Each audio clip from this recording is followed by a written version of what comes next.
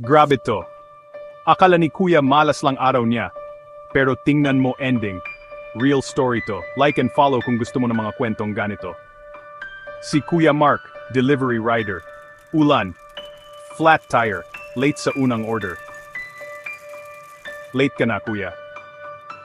Cancel ko na. Sunod-sunod. Wala pang tip buong araw. Nadulas. Nahulog ang pagkain. Gutom na siya. Sobrang pagod. Last delivery.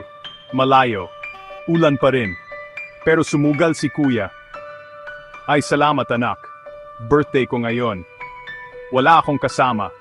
Pinapasok siya. Nagspaghetti sila. Tumawa. Kwentuhan. Pag-alis niya, binigyan siya ni Lola ng sobre.